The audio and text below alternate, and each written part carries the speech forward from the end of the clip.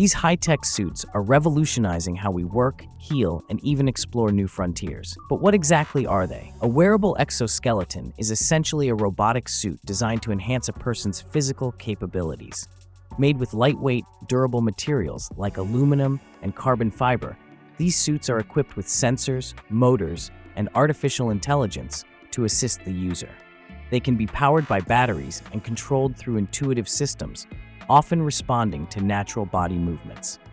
Originally, exoskeletons were developed for military use. The idea was to give soldiers the ability to carry heavy loads over long distances without fatigue, or even to protect them during combat. One of the first projects, the Human Universal Load Carrier, was designed to allow soldiers to carry up to 200 pounds while using minimal effort. Today, the technology has expanded far beyond the battlefield.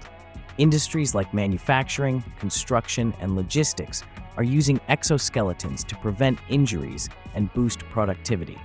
For example, in factories, workers who lift heavy objects all day long can use exoskeletons to reduce strain on their muscles and joints. Companies like Ford and Audi are already implementing these devices in their assembly lines to protect workers from long-term injuries.